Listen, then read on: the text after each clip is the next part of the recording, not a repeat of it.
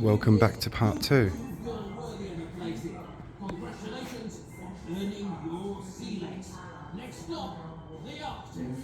I do hope that is intended for children and not adults, because if that's intended for adults, that man's acting skills are absolutely appalling. Appalling.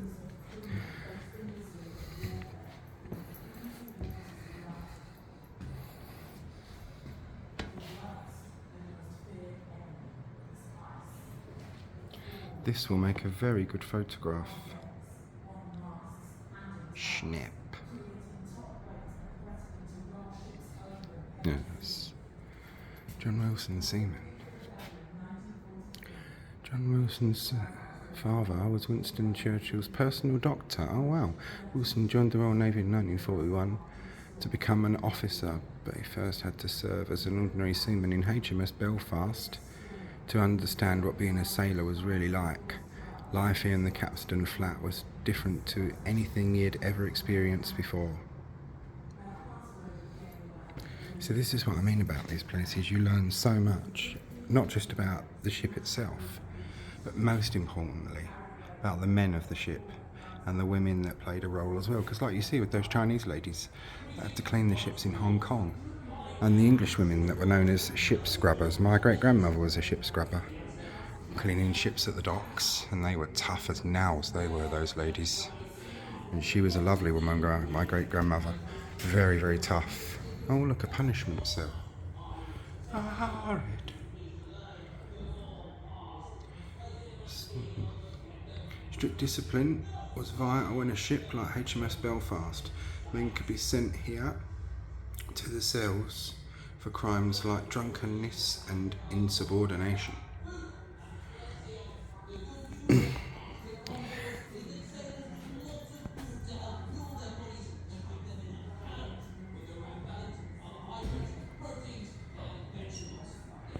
Yeah, each increment will be about 34 minutes, 35 minutes long. It's easier for me to upload them otherwise, because it takes too long otherwise. HMS Belfast. Oh look, you can go inside this one. Is my flash still on? No. Sorry about that, I was just checking. I thought my flash was still on. That looks comfortable, doesn't it?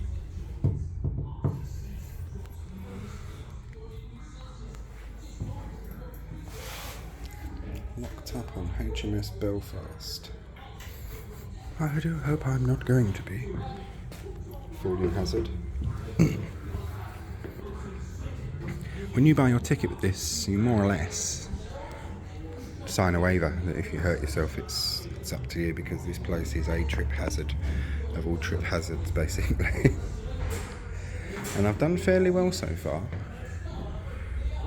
For someone who was nicknamed Clumsy Claude by my grandmother, I've not done too badly. She called me this not out of unkindness, it was true. And it's true. There you are. Now we've got to get out of here.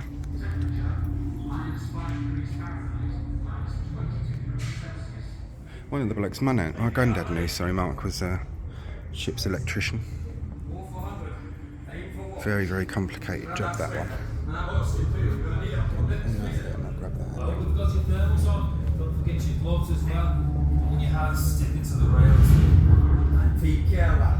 That's a Force 9 gale out there, away from cross deck to be deadly.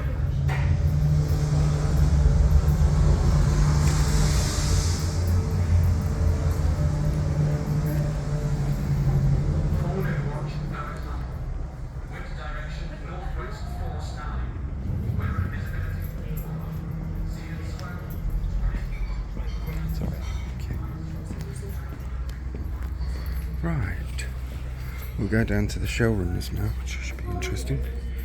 To make sure there's no kids about, because I don't want to film them without consent. Right, this is interesting. I wonder if it's better for me to go down this way. Yeah, that's better. Ouch. So you smack your shin on one. They must have been fit as fiddles, the men on these ships. My granddad Harry was a merchant marines, merchant navy. So this is the kind of environment that he would have known. God, can you imagine just like being in this under heavy fire, which would not have been pleasant. Shell rooms. Right, I should turn myself around.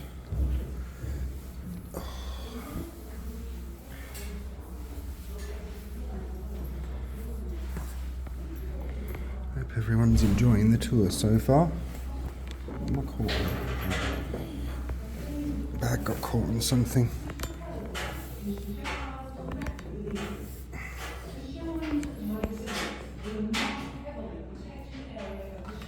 Yeah, I bet they were.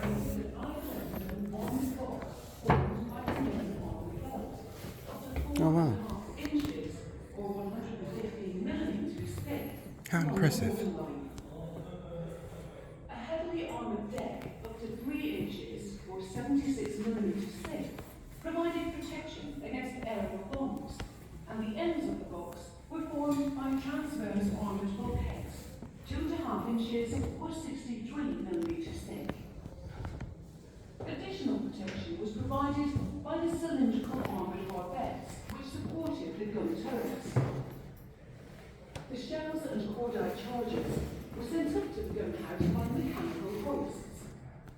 Each gun was served by 2 hoists, one for the shells and one for the cordite charges. Oh yeah, look, this whole thing turned round. That's impressive. As the gun turret revolved, the hoists and the 2 circular loading platforms in the shell room and magazine decks to which the hoists were attached revolved with it. The stowage Communication on the side of each things shell there. could accommodate up to 600 projectiles, excluding practice rounds. A crew of 9 were responsible for inserting the fuses in the projectiles and transferring them to the power-operated carousel, which revolved around the shell loading platform, from where they were manhandled into the hoists.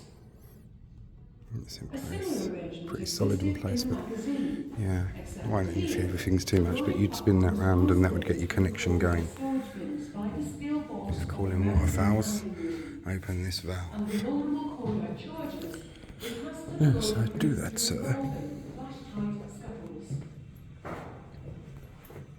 Each magazine had a crew of 11. There's another one in here, In the look. event of a cordite fire, the compartment would be flooded rapidly, with the men and the How I have not got lost so far, I don't know, but I'm actually enjoying this. where you look down into the magazine handling room and make your way back to the ladder to HMS Belfast Lane from the and remain at the ship's completion.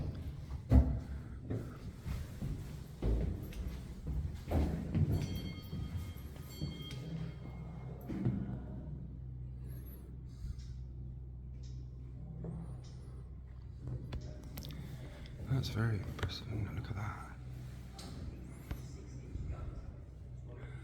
Ladder thing, you'd go up there. God, yeah, I love sweating.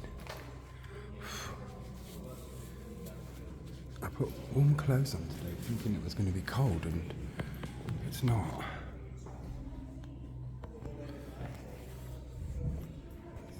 Sorry.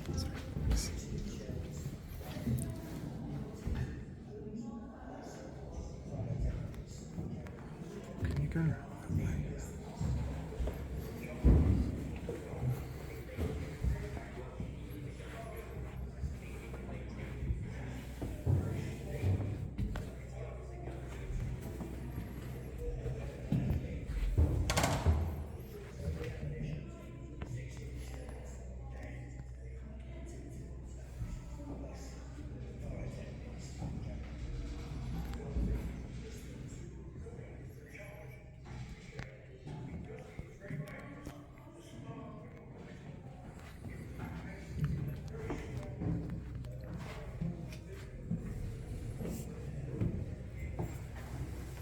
I don't think I came this way, but wherever we go, we go. It's quite an impromptu one with this one, guys and girls. Oh, crumbs.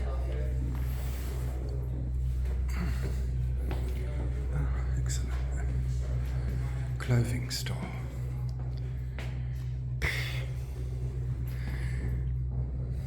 Whenever my mum's warm, which for a premenstrual lady is quite a lot, she goes, it's me doing that today. Clothing store. And these are all genuine things here as well, so other little layers of interest in this. Mess decks. I think this was the way we came, I think.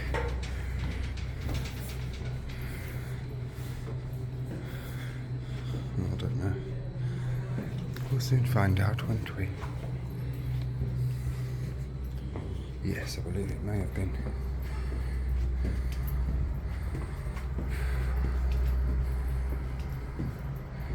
Yep, Sailmakers Workshop.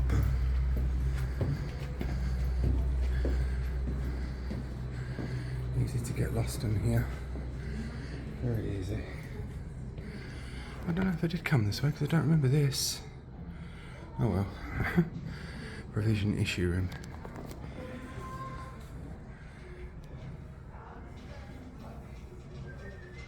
Ugh, yuck. Powdered egg, powdered milk. Bully beef and all that kind of stuff.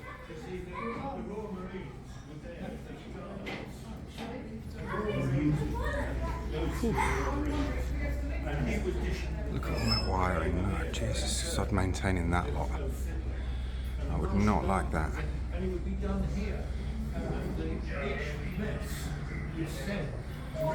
My only other one real experience of electricals was to being blown across a room.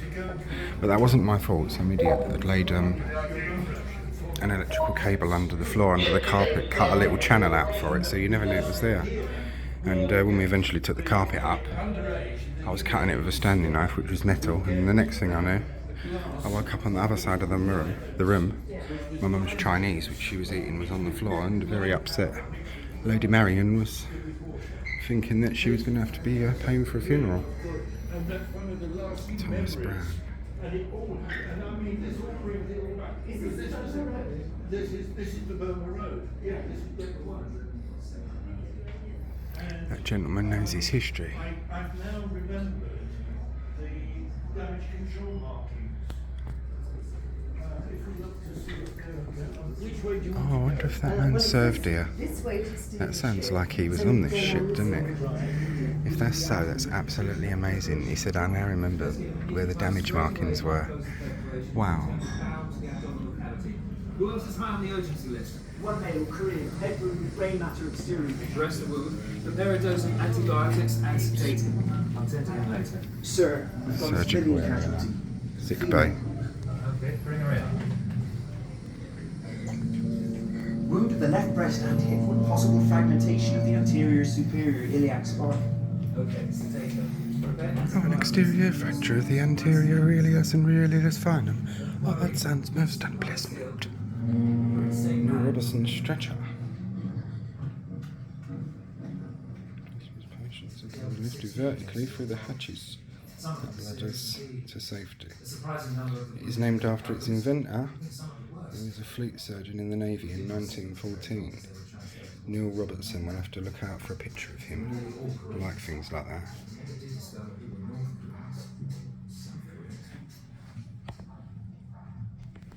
And here is the Neil Robertson stretcher. Anthony Rowan, Surgeon Lieutenant, age 28. Surgeon Lieutenant Tony Rowan joined the medical staff of HMS Belfast in Korea. He witnessed the brutality of war at first hand. A Cambridge University graduate, he had only recently qualified as a doctor. He saved the lives of many casualties, often Korean soldiers and civilians from both north and south. Oh, bless him. We're privileged to step in the footsteps of these men, in my opinion. Activated something.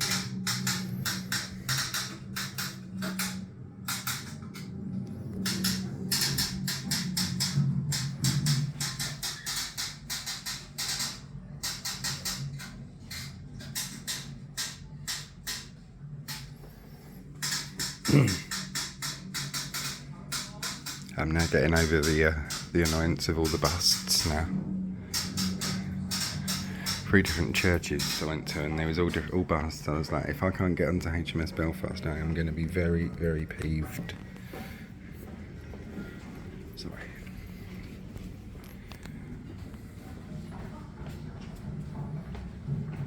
Te trató.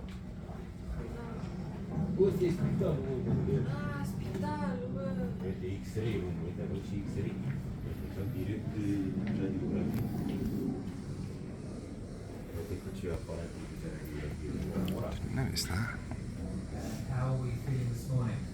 Much better, sir, thank you. X-ray room.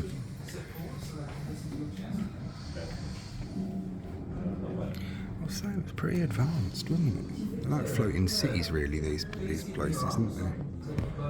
That's better.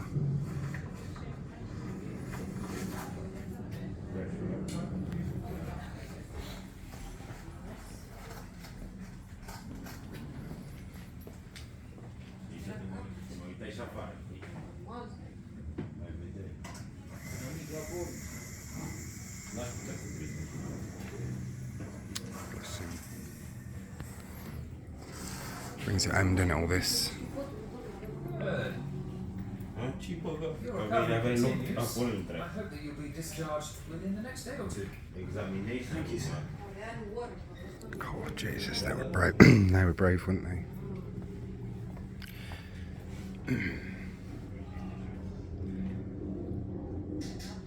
There's a Neil Robinson stretcher lot all bundled up, so they put them in there, and that's like, because yeah, you don't even think of that. If someone gets hurt down here, the hell, or low down in the ship, where the hell would they get them to where they needed to be? And that was with a Neil Robinson stretcher. In June 1950, the crew of HMS Belfast were docked in Japan when North Korea invaded South Korea. The United Nations deployed forces to liberate South Korea and push back the North Koreans. The Royal Navy were called into action, and Belfast rearmed and set sail for Korean waters. The ship and its crew were in almost constant action against the communist North Koreans and Chinese for the next 2 years. This is the story of the ship's surgeon, Tony Rowan, and how on the 15th of July 1952 he operated to save the lives of 16 people in this very sick bay. Sir, we need you in the torpedo motion. There's been another casualty. There's bodies and stretchers lying in the corridors up here. On my way. Stevens, finish bandaging this wound. Get a saline drip into him and move on to the others. Matthews, clean and prepare the operating table and continue sterilising the equipment for the next phase. Yes, Just sir. taking some pictures. Sir, please hurry. Coming. 15th of June, 1952. North Korean forces invaded Changi-do Island this morning. The first case came to the operating table at midday, and after that we were active continuously for the next 24 hours. The petty officer came in and asked if I could look at a casualty in the torpedo workshop. He appeared not to have much wrong with him, however he had been lying there without attention for some time. I called for a drip and got saline running in. Blood would have to come later. There was, however, no later, as he died not very long after. I was considerably upset and angered, but I was still busy in the theatre and had no time for anything else. Sir, male casualty, Korean, wound of the abdomen with protrusion and perforation of the bowel. Let's get him anaesthetized straight away and I'll close the perforation and return the bowel to the abdominal cavity. Who else is high on the urgency list? One male, Korean, head wound with brain matter exteriorly. Dress the wound, prepare a dose of antibiotics and sedate him. I'll tend to him later. Sir, we've got a civilian casualty, female. Okay, They helped everyone, didn't they? Not just our own, but everyone. Wound of the left breast and hip with possible fragmentation of the anterior superior. London Luke ES isn't spine. prone to emotion usually, but Prepare antibiotics and dress the wounds to the breast and hip. Don't worry, just lie still. You're in safe hands.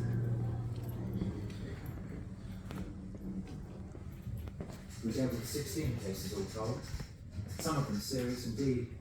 A surprising number of the wounded made recoveries. on giants' shoulders we do humbly tread. Remember, remember, for blessed are the dead. They were nearly all Koreans. That's something I heard once. South Koreans. Despite many casualties, UN and South Korean forces retook Changni-do Island the next day. HMS Belfast would remain in Korea until the 26th of September 1952. The Korean War continued a further year until an armistice was signed on the 27th of July 1953. It's one of the most destructive conflicts in the 20th century, with nearly 3 million people dead. Good Lord. And the When Korean Sergeant War Lieutenant Tony Rowan left the Royal Navy, is so he went little on to spoken have a about. long and distinguished career in medicine. Right, which way did I come? Because there is so much to this place. And I mean so much to it. Dispensary. Yeah, I'll do them in 35 minute increments, as I say. And there's going to be a lot of those. This is my day pretty much taken up, and I am not complaining. Dental surgery, oh God.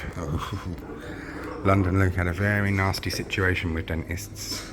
Just in the first lockdown, I had a bad tooth. I'd left it for a while, should have gone earlier. Anyway, I went to my regular dentist, and I won't name him Shane because that's not right. But it was in the Canning Town area, shall we say. And it was a tooth that had an abscess in it. Rather than taking it out, which is what she should have done, she filled it. And over the course of that, from about then to a week or two later, I got iller and iller and iller. Ended up passing out basically, ended up in Newham General Hospital with a suspected heart attack, but it wasn't a heart attack, it was when my body was in so much pain. My body had gone into a kind of shock. And they gave me oral morphine, and I think it was adrenaline they pumped into my arm. I don't know why it was freezing cold, and it calmed the heart thing down. Went to a dentist that evening, an emergency one, and he said, I can pull it out for you. He said, but where it's so infected you are going to feel it, the anaesthetic isn't going to work very well. I said, just do it.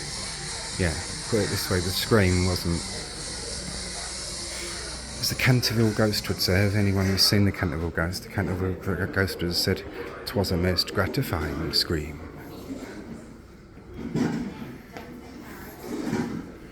Gallery. Kitchen's prepared. Galley, sorry. Galley entrance. It's because I'm watching phone and doing all different things at once. I can read, honestly I can. Honest, I can.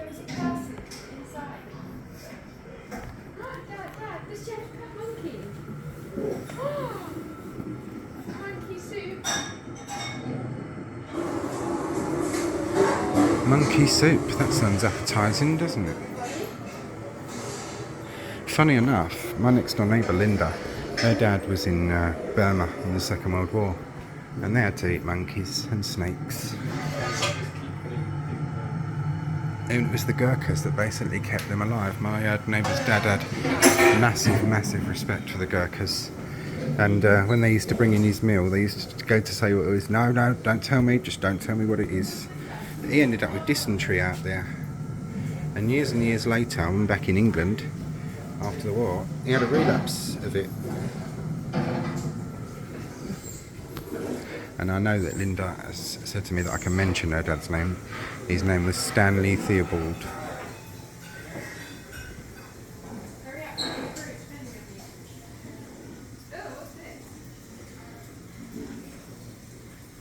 The food doesn't look... Oh look, jam roly-poly. Me and my dad would be okay. Chips and sausages and jam roly-poly. I'll have chips, sausage, peas, jam roly-poly for after. That's okay. I wouldn't do too badly.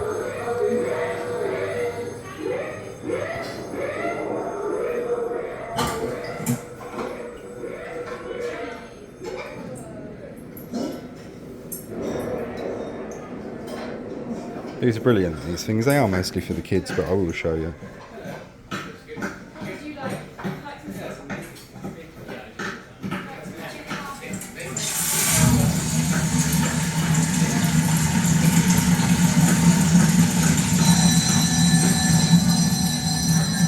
Oh dear. I'm normally quite a good cook as well.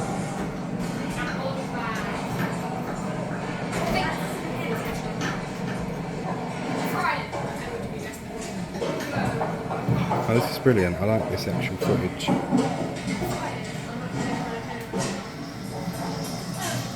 Wow, 5,600 sausages a week. Deep fat fried, I may add. Yeah. That's one little thing. Yeah. It's good for the kids here as well, and let's all face it, us adults are big kids at heart, some of us, unless, apart from the right miserable bastards, but then we'll leave them out of it.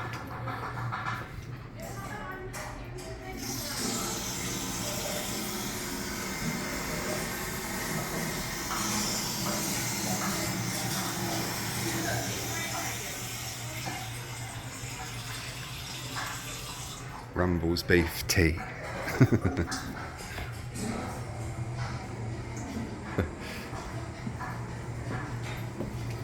Lower decks. Ooh, nearly went over then. Boiler and engine rooms. Oh shit, that really hurt. I just snapped the edge of my nail. Not that I'm bothered about nails and stuff like that, but they hurt. Ship's company dining hall. Is that open? No. I didn't think it would be. Boiler room and engine room. We'll go down here. We're coming up to the 30-minute or 35-minute mark on this one, so it'll be part 3 soon.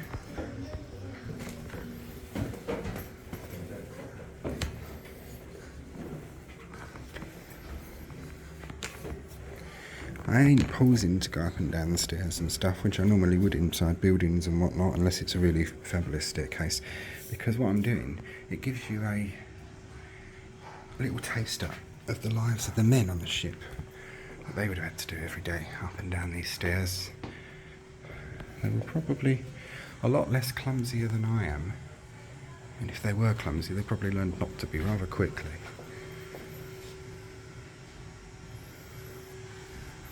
Well, either it still smells authentic from the time that it was an engine, or they've made it smell authentic because it smells authentic.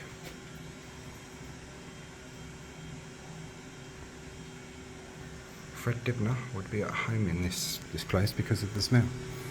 Crew's bathroom. Yeah, because imagine the filthy dirtiness you would get working in here.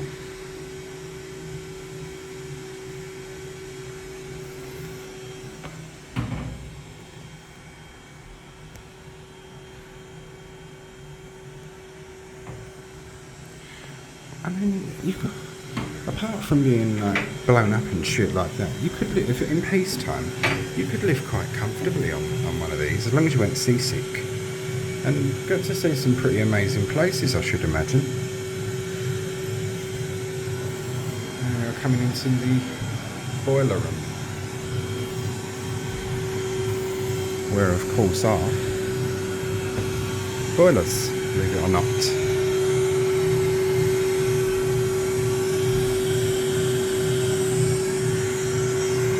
That's from a speaker. It's good though, I like that they do that.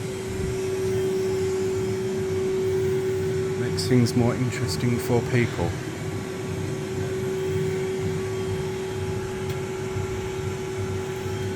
It's a no entry one, by the way, that. And that's a metal no entry, so they really mean it. Right. Backwards down the stairs. Oh, crumbs. I say old crumbs, not because I'm posh, but because I swear a lot usually, and I kept getting warnings. And I got a 30-day ban once. I did call someone a thunder, and the second word rhymes with hunt. H-U-N-T, hunt. Leave that to your imagination. But they were, though, so I mean, I wasn't telling any lies.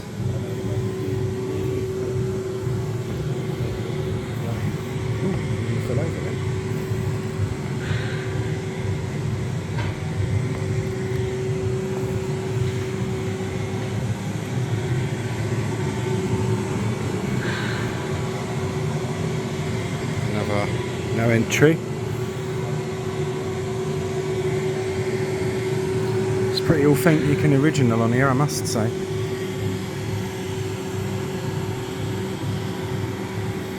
Massively interesting.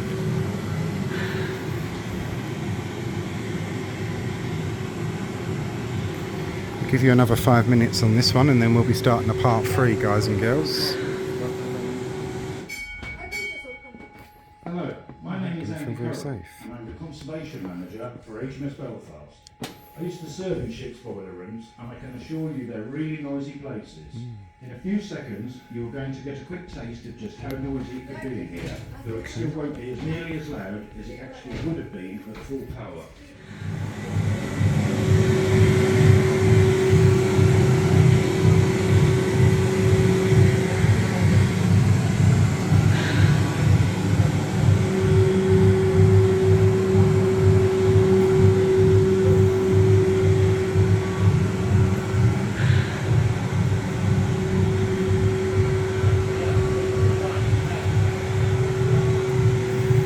I love this phone, it copes really well with going from light to dark quickly.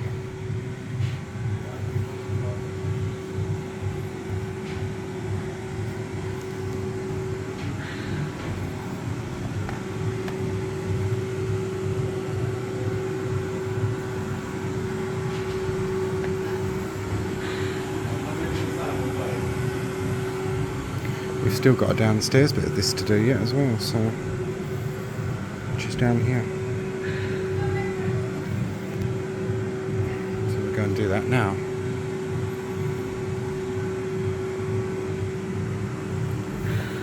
A quick twirl round of here.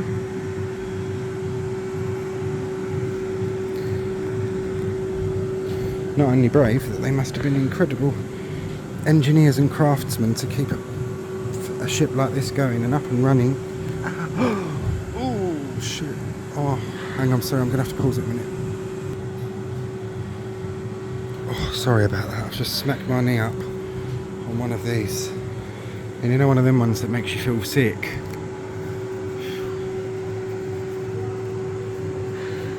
Gosh, that actually hurt quite a lot. Right. Now, let's carry back on. This is amazing, all this lot.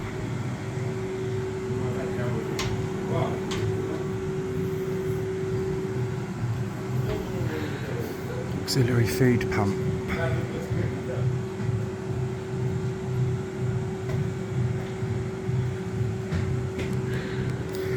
So much on these places, it's just...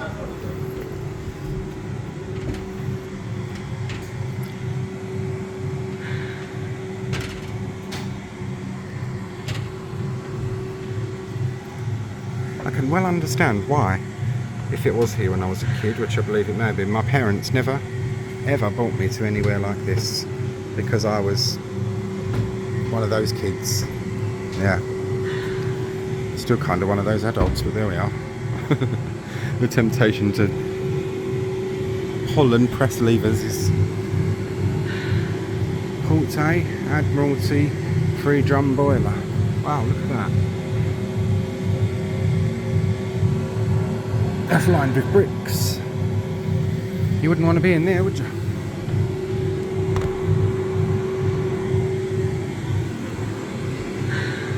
Oh look, it shows you how it works.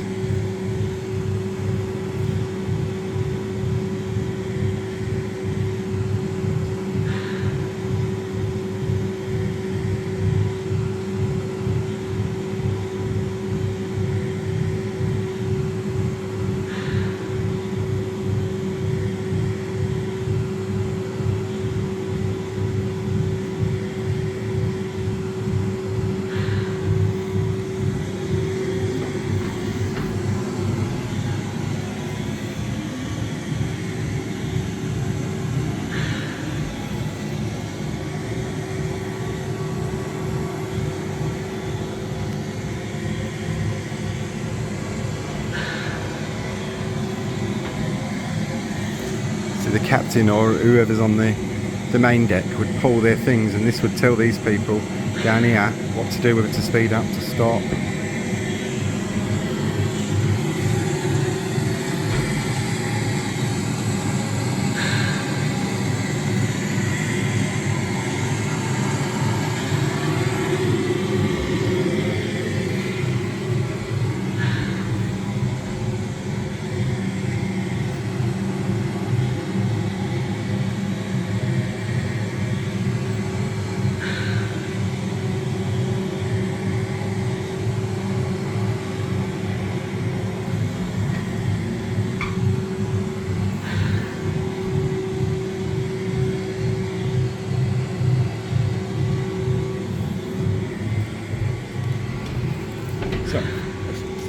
Thank you.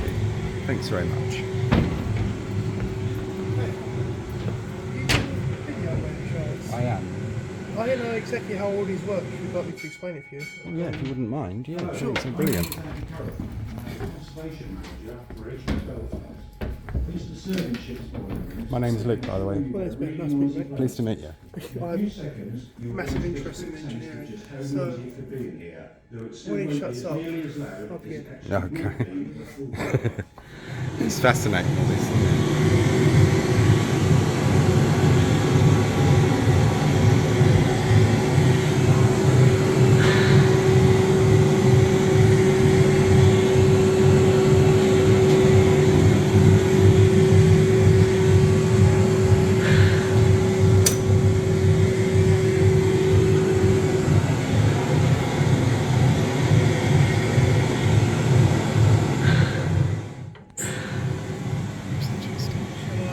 Yeah, go on then, yeah. Okay.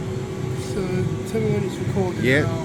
go on, yeah. Okay, so what you have here in one of Belfast's engine rooms is this is actually an engine. It's called a boiler room.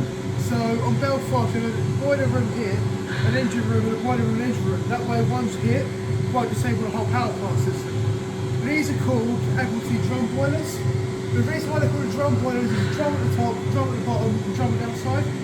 And what happens is they have water in them, and what you do with that water is you superheat it to steam. And how you do that is inside there is a burner box, and what you do is you preheat basically crude oil to 650 Celsius, and then for not 650, sorry, 150 Celsius, and for it being preheated, it's now liquefied. So it goes into this burn box, okay? Yeah. And from in that burn box, what happens is there'll be basically like lighters in there, and they will essentially ignite the fuel oil. And then from that fuel oil being ignited, it's like little like drips into it, like in a car engine. And you don't need a lot of fuel oil. So that then you've got these tubes, okay? So you've got liquid in all of them. Two at the bottom, okay? They're filled 100% with completely pure water. You can't use seawater. The seawater has in it basically all minerals and all rocks that are good for us. That'll completely strip apart the turbines later on when I explain that. So what you do is you actually boil that water to a really, really high temperature to make it, and then by that point it's pure enough to be qualified as boiler feed water. So once it's pure qualified as boiler feed water, so I'm just going to BFW for short from now on. The BFW, okay, will be poured into them tubes, and then what happens is that fire will boil that. They won't just boil it once, they'll boil it 3 times, okay? The steam you get out of your kettle is not steam you want in your turbines. What the steam you want in your turbines is called superheated steam. And how it's made superheated is, what happens is the steam out of your kettle is 50% water, 50% true steam. So it goes from normal steam to dry steam to true steam to superheated steam. And superheated is where it's 100% pure steam. You cannot see it. It's such a high pressure, okay? There's no water in it that then goes to the turbines later on down there. What happens is because it's going to 650 psi, in that other compartment, it actually spins the turbine with all that pressure, okay? That turbine actually like a jet engine, it'll pick it up, okay? And that turbine will then actually start spinning for the momentum. Yeah. Then all the steam pressure comes to that turbine, okay? That's going to go to the shaft. Before it goes to the shaft, which turns the propeller, it goes to the gearing system. So you've got 3 types of gears. You've got high-speed gears, you've got cruising gears, you've got low-speed gears. So cruising, self-explanatory. High-speed gears take you to 32 knots. Works exactly the same way as the gearbox in your car engine, except operated 100% by steam. So then from those gears it then goes to the shaft, so you've got, I think it's a 1:32 ratio on the gears. And then another thing that steam does is from the turbines is that momentum turns generators to generate electricity for the ship. Ah, right. And you have 2 of these in each boiler room. Yeah. And then the engine room has 2 turbines each. And later on down there you see turbines. Brilliant. Oh, thanks very much for that. My page is London Living History. So Okay. if you watch out, you'll see. I collects history. I collect coal history. Oh, right. And I've actually been putting together a 37-pack wedding set. Your knowledge is fantastic. So you said it was London Luke, Living History page. So that's on YouTube. Yeah, YouTube and Facebook. I'll look it up, mate. Oh, brilliant. Thanks very much. I really appreciate that. Thank you. Thanks very much. Thank you. Oh, that's brilliant. That young man's knowledge was amazing. That was brilliant. That was totally unplanned. But that is something I like when things like that happens. That young man will go very far.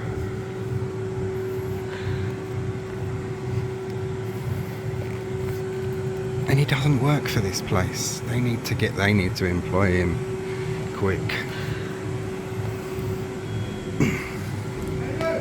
Yeah. Oh, thank you. Hello, my name is Andy Curran and I'm the Conservation Manager for HMS Belfast. I used to serve in ships' boiler rooms and I can assure you they're really noisy places. In a few seconds, you're going to get a quick taste of just how noisy it could be in here. Brilliant. I'll just start